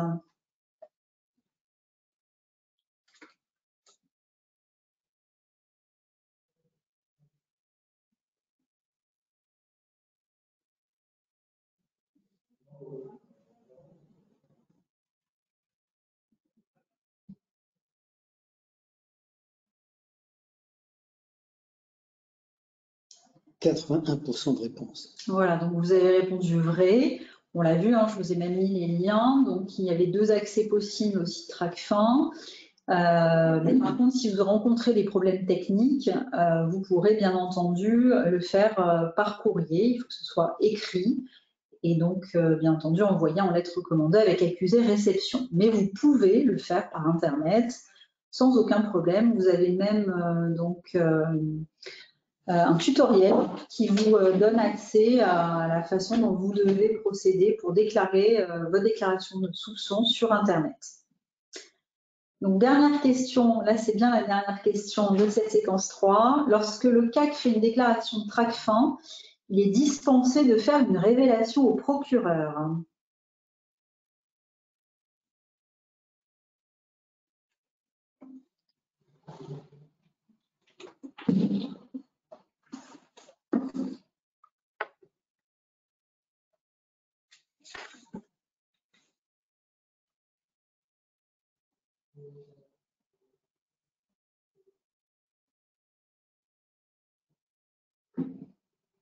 80% ont voté, 90% ont répondu faux, et c'est faux, en effet. Comme on l'a dit, hein, ça va dépendre vraiment de la matérialité de l'infraction.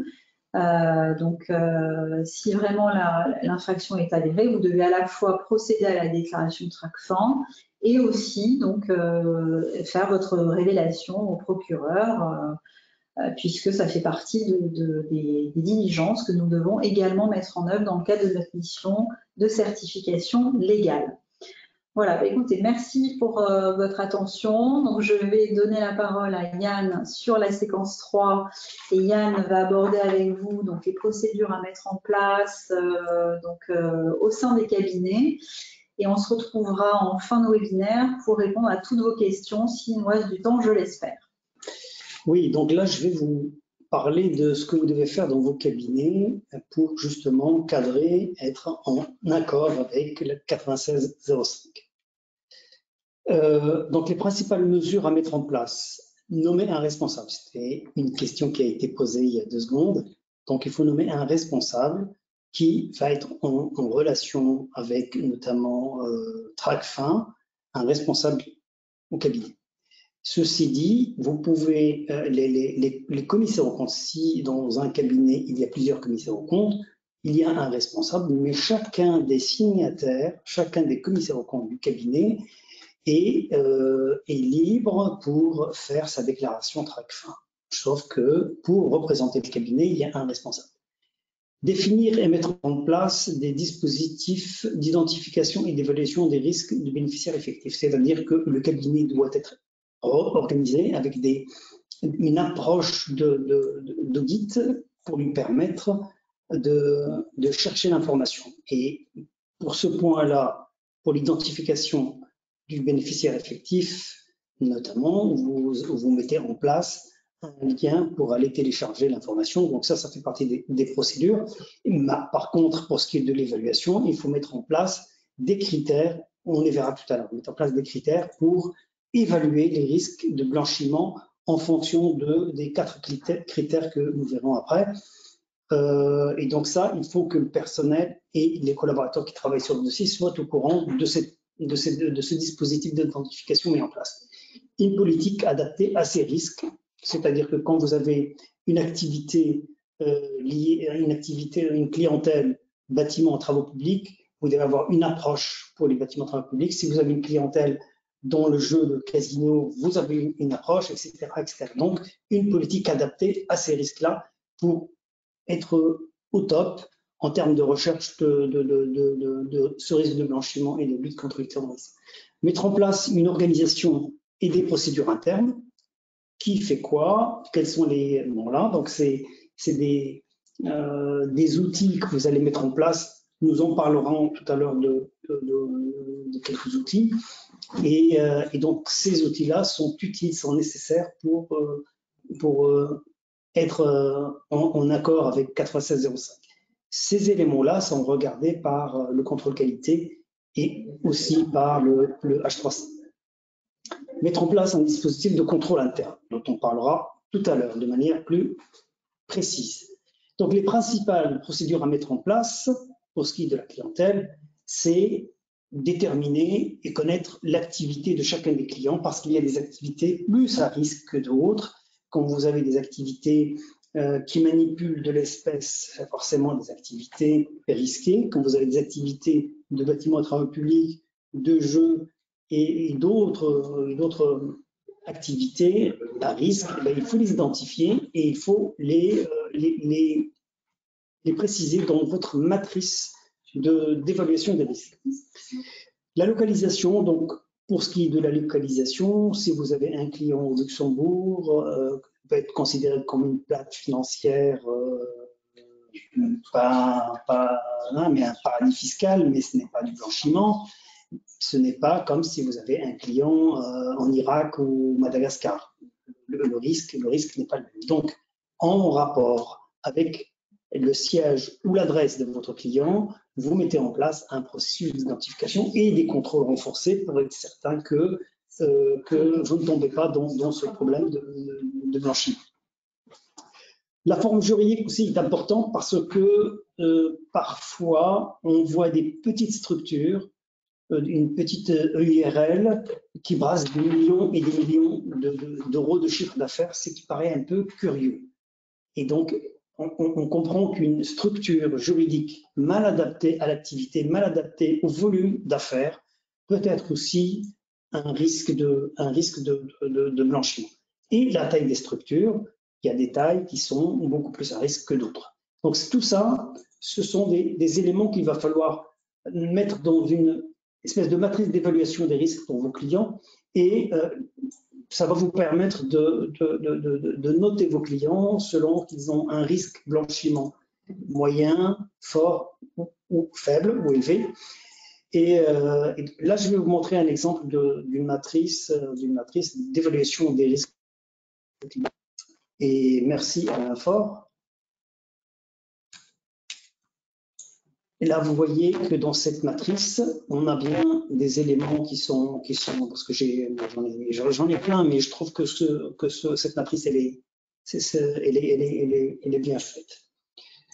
Donc, vous avez les responsables signataires, vous avez la forme juridique de la structure, vous avez aussi la structure à risque selon la forme juridique. Si c'est une association, c'est plus risqué qu'une SA ou une SAS. L'objet social, il y a l'objet social qui est plus risqué que d'autres, et donc du coup, c'est un élément qui va quantifier le risque global. Vous avez des activités à risque. Donc voilà, si on prend ici HCR, si on prend bâtiment travaux publics, on prend transport, logistique, les bijoutiers, des antiquaires, etc. Donc voilà, et il y a d'autres éléments, et cette catégorisation de vos clients, cette analyse de vos clients par strate permet bon là on a les pays à risque, s'il est en France ou au Luxembourg ou dans d'autres pays à risque, donc ça permet tout ça d'avoir une appréciation globale du risque moyen, faible, et en fonction de ça, eh bien, vous déroulez un process de contrôle sur le blanchiment et contre le blanchiment et le financement du terrorisme de façon poussée ou de façon plus légère si vous ne sentez pas le risque. La formalisation donc de l'évaluation des risques, ce qu'il faut savoir, c'est que dans votre approche en tant que commissaire aux comptes, vous devez mettre en place les modalités d'échange d'informations au sein du cabinet. C'est-à-dire que l'information doit tourner autour des collaborateurs qui travaillent sur le dossier. Si quelqu'un a une information importante, il faut qu'il la véhicule au cabinet. Donc mettez en place une veille d'information sur le blanchiment. Vous la faites au niveau du cabinet, mais elle peut se faire aussi au niveau du réseau. L'obligation de déclaration à Tracfin, donc tout ça c'est un responsable qui est chargé de la relation avec Tracfin, et chacun des commissaires aux comptes peut faire sa déclaration. Recrutement des collaborateurs, évidemment, quand vous recrutez des collaborateurs, vous les informez et vous les formez sur le process cabinet, information des collaborateurs, information et formation. Évaluation du risque pour chaque mission et prestation. Donc, chaque mission, vous allez voir si elle comporte un risque de blanchiment ou pas. Si on vous demande une opération en tant que client occasionnel, eh bien, vous allez apprécier le risque sur cette opération-là. Ou si l'opération est supérieure à 15 000 €, là, vos diligences doivent être un peu plus poussées. Mise en œuvre de mesures de vigilance, donc les mesures de vigilance, dès lors que vous sentez qu'il y a un risque, eh bien les contrôles sont plus élaborés, plus compliqués, plus importants, notamment des pièces justificatives, une adresse bien démontrée par des justificatifs, etc. Et la conservation des documents dont on a parlé tout à l'heure. Donc garder les documents sur ces opérations-là sur une durée de 5 ans. Pour ce qui est du contrôle interne, et donc on a cette notion de contrôle interne permanent, contrôle interne périodique. Pour ce qui est du contrôle interne ponctuel, lorsque vous avez des missions et des opérations occasionnelles, il faut faire donc le suivi de ce contrôle interne avant la relation d'affaires et pendant la relation d'affaires. Donc elle est ponctuelle, elle est périodique, donc avant, pendant. Par contre, pour les missions permanentes que vous avez avec vos clients, il y a un contrôle interne permanent, c'est le suivi du process de contrôle interne pour vos clients, essentiellement pour les clients pour lesquels vous faites de la certification. Et tout ça, c'est les mesures que vous devez mettre. Quand vous avez des missions ponctuelles, périodiques, occasionnelles, eh bien, vous faites le contrôle, validez le contrôle interne avant la mission, après la mission, pour voir si vous n'avez pas, pendant la mission, pardon, pour voir si vous n'avez pas raté quelque chose dans l'élaboration de vos travaux de commissaire aux comptes sur la mission qui vous a été mandatée. Et si vous avez des clients en certification, donc vous les avez pour une plus longue période, donc le contrôle interne doit être poussé, régulier et permanent. Voilà en gros ce que je peux vous dire là-dessus, concernant le contrôle interne. Mais par contre, pour ce qui est du contrôle H3C, donc le rôle du H3C, il est assez clair sur la question. Le H3C va regarder si vous avez un responsable et un correspondant TRACFIN.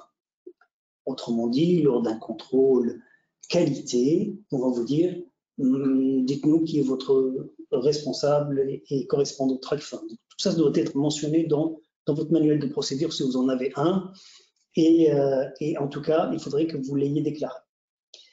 La réalisation d'une cartographie des risques de blanchiment montrait que dans vos dossiers, vous avez effectivement fait une cartographie des activités qui sont risquées et des activités qui le sont moins. La classification de vos clients, donc éventuellement cette liste, comme ce que je vous ai montré tout à l'heure sur la liste Excel, qui vous permet de suivre vos clients et de les noter en tout cas pour valider l'approche d'audit que vous allez faire en fonction de la notation que vous allez leur donner. Le respect de dispositifs en matière de blanchiment lors de l'acceptation de la mission. Donc, on va voir si effectivement, avant d'accepter une mission, vous avez fait tous les travaux qui étaient nécessaires, c'est-à-dire l'identification, recherche de bénéficiaires effectifs, etc., etc. Est-ce que réellement vous respectez tous ces process avant ou pas? Si vous ne les faites pas, eh bien, c'est un point négatif pour vous. Le H3C ou les contrôleurs qualité vont vous tomber dessus sur ce point-là. L'existence de formation suffisante, donc bien que vous ayez des signataires avisés, que vous ayez des correspondants responsables et correspondants TRACFIN bien désignés, une cartographie comme il faut. Si vous n'avez pas la formation suffisante pour les CAC et les collaborateurs, eh bien, ça sera un point pas très élogieux pour votre cabinet.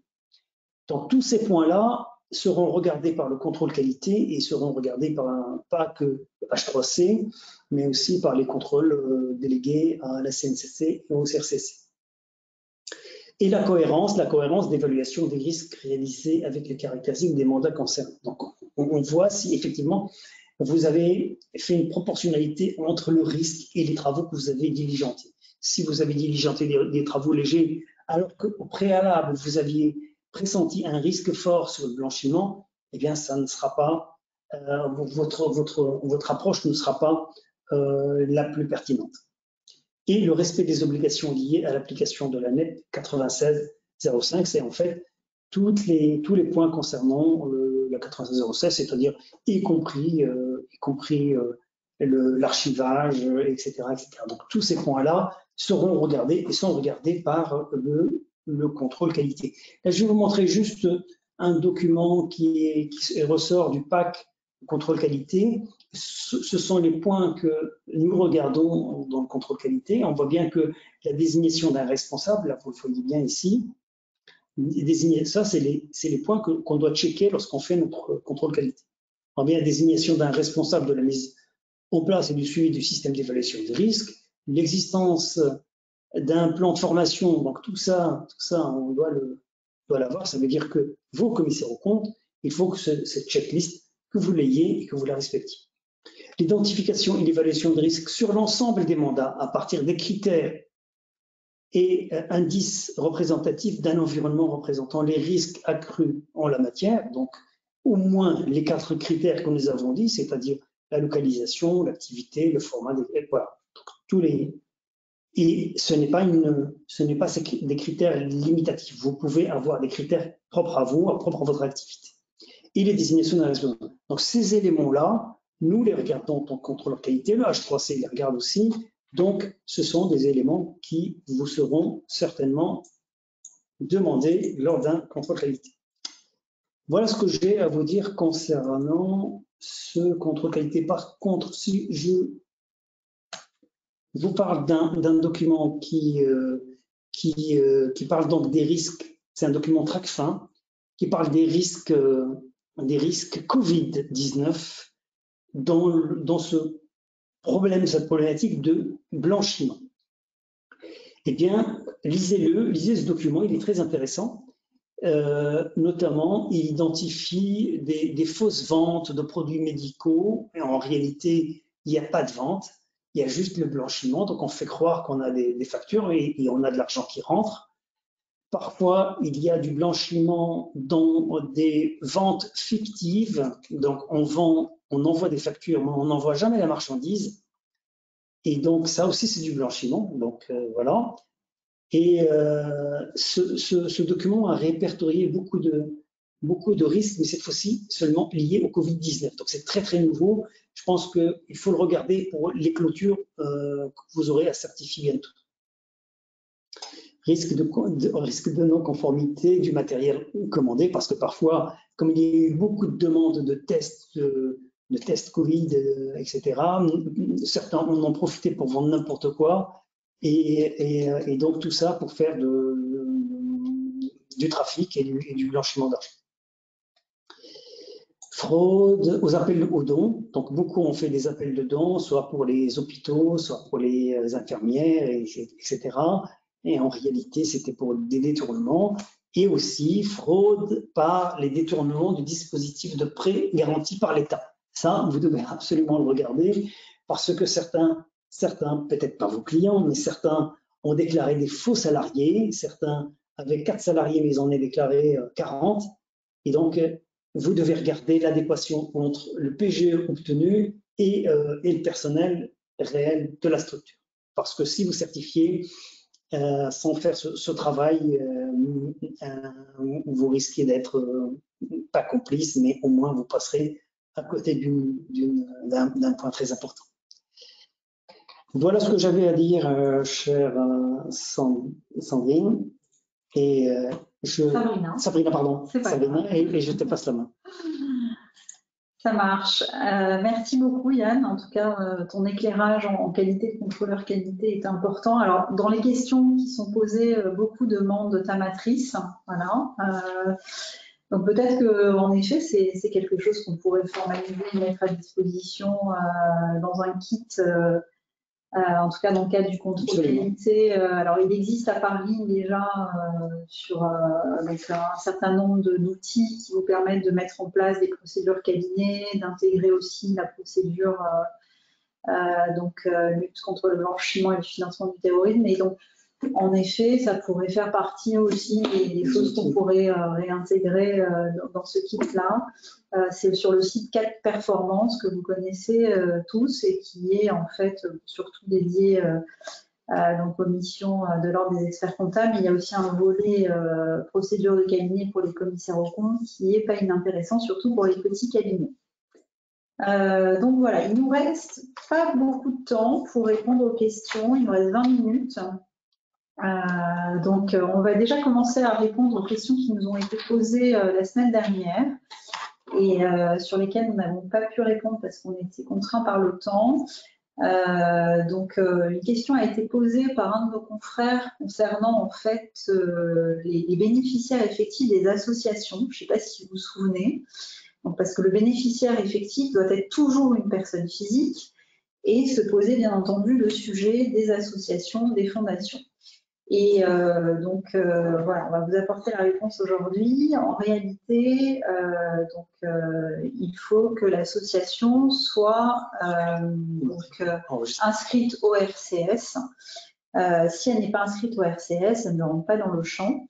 Donc ça, c'est un élément important. Alors, il y a un confrère qui avait apporté une réponse sur le chat la semaine dernière. On leur remercie. Donc voilà, on vous confirme en effet que le bénéficiaire effectif est toujours une personne physique et que les diligences que vous devez mettre en œuvre dans les associations, ce sont pour les associations inscrites au RCS. On avait également une question restée sans réponse la semaine dernière concernant donc le mandat du CAC suppléant.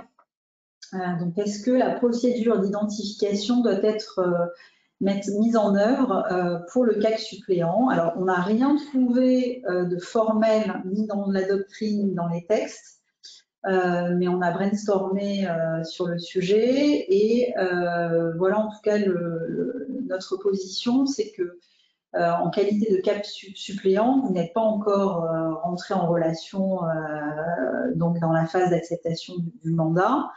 Selon nous, la procédure d'identification n'est pas à mettre en œuvre. Voilà, elle sera à mettre en œuvre si le CAP titulaire démissionne et que, de facto, en qualité de suppléant, vous prenez la place du titulaire.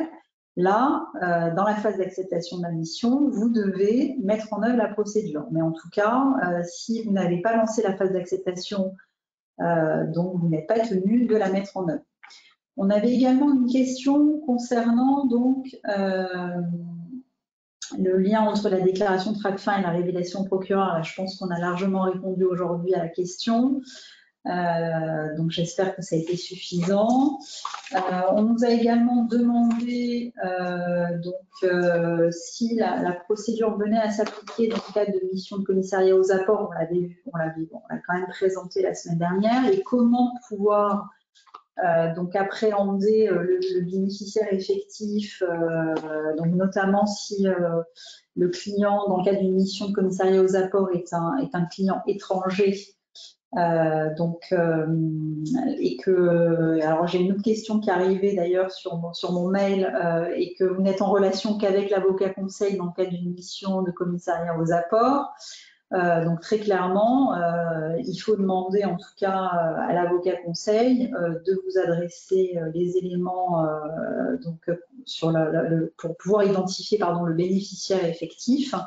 Il va falloir le reboucler, soit avec le registre qui est mis à disposition sur le site du Conseil supérieur de l'ordre des experts comptables, également avec le juridique qui vous a été transmis, et aussi reboucler sur le site de l'INPI. Donc voilà, même si vous êtes en lien avec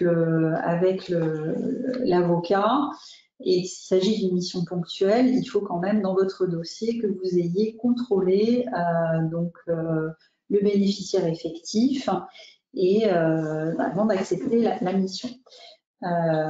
Autre question qui nous a été posée la semaine dernière, donc la notion de personne exposée peut varier suivant les pays.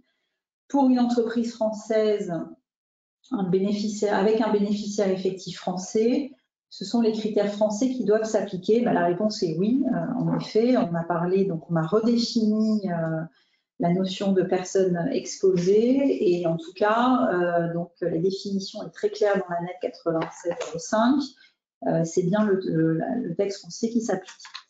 Voilà en tout cas pour les réponses aux questions posées la semaine dernière. Alors qu'en est-il des questions posées cette semaine?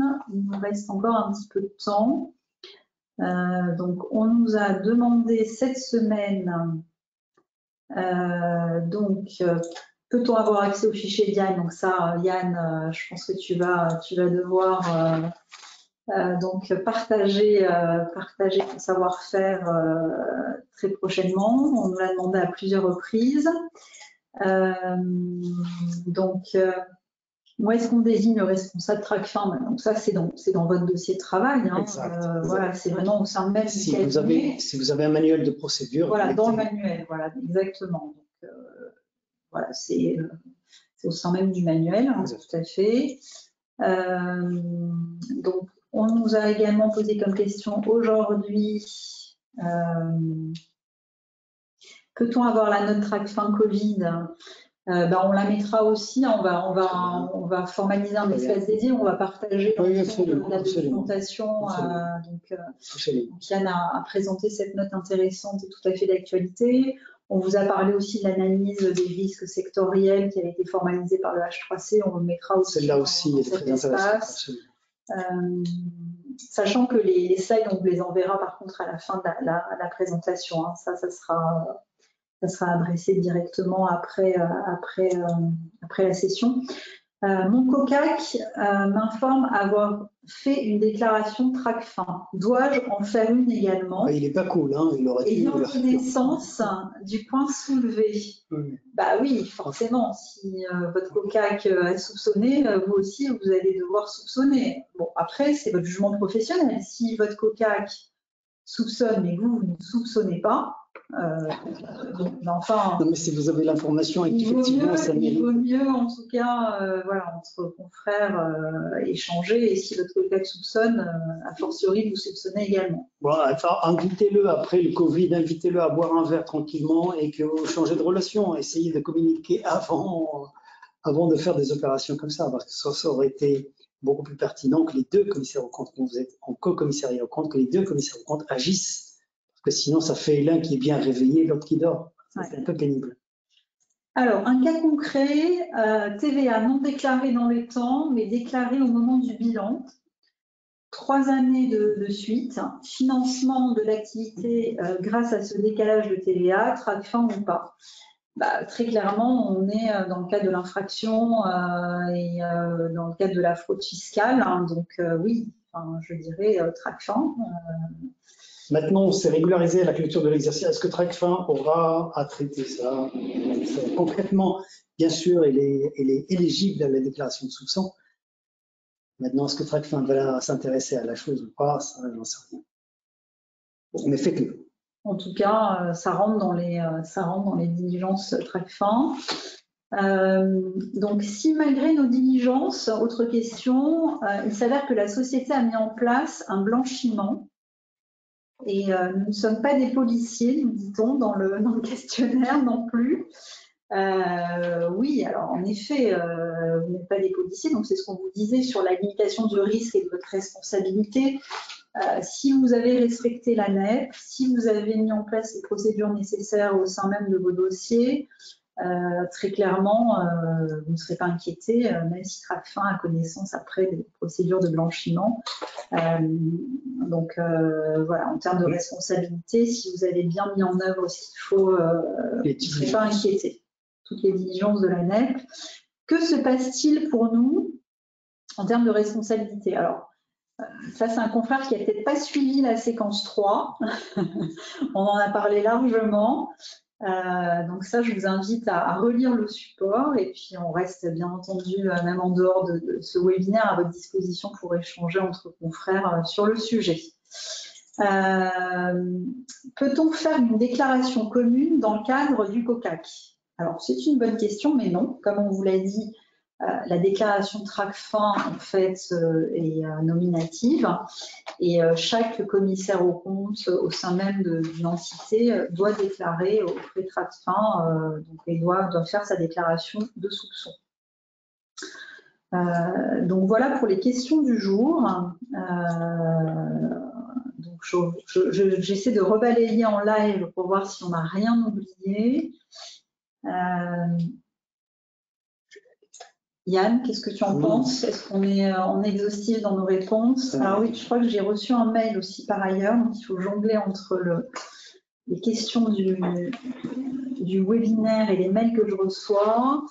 Ah oui, autre question. Donc, si le H3C demande au CAC lors d'un contrôle si ce dernier a effectué une ou des déclarations de TRACFIN, doit-il répondre? Alors, selon moi,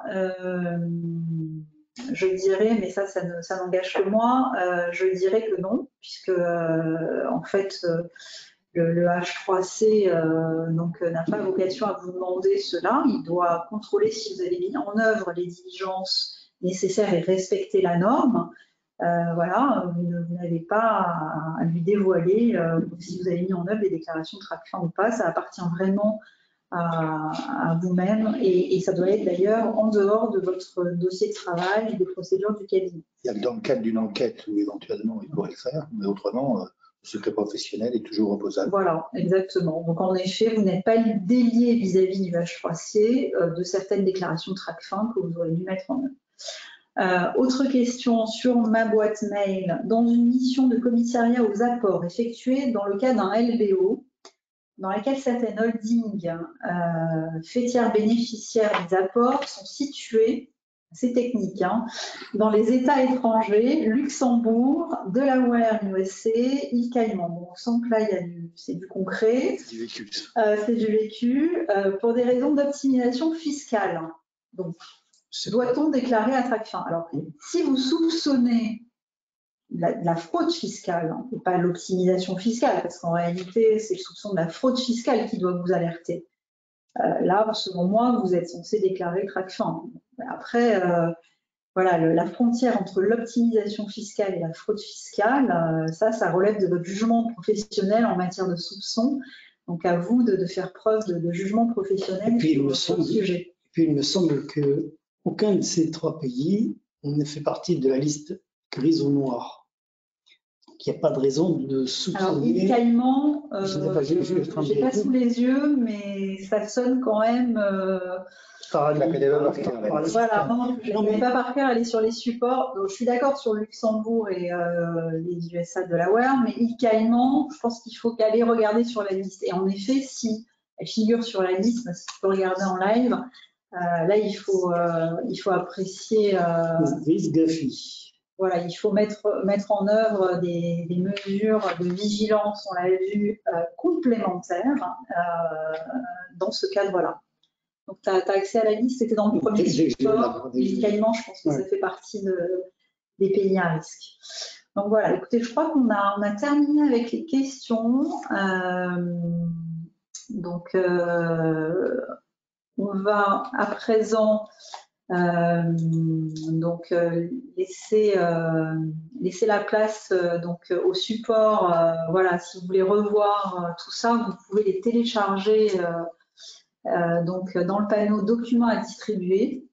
Et surtout, n'oubliez pas, rester connecté pour répondre au questionnaire de satisfaction, indispensable pour délivrer l'attestation de formation.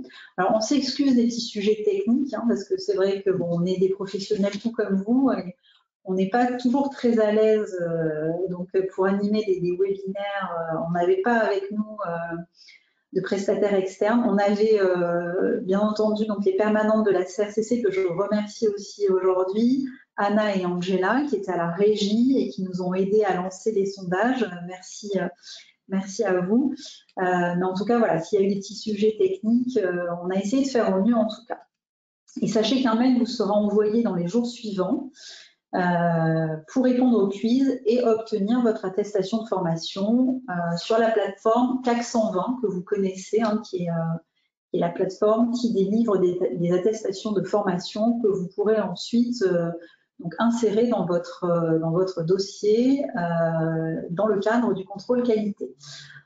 Écoute, en tout cas, je vous remercie. Je vous souhaite une très bonne fin de soirée. On est dans les temps. Et je vais laisser à Yann les derniers mots de conclusion. Sauf si Yann, tu veux rajouter quelque chose? Non, c'est juste que l'île Caïman n'existe pas dans la liste grise du GAFI.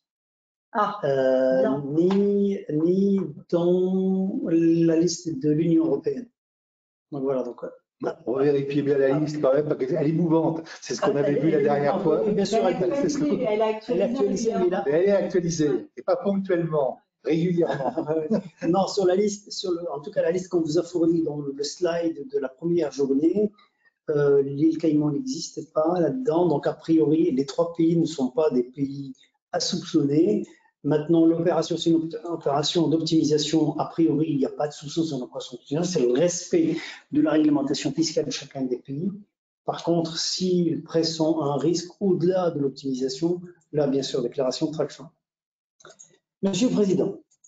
Il y a un dernier mot d'abord pour vous remercier tous les deux de cette brillante animation. Merci Sabrina, merci Yann.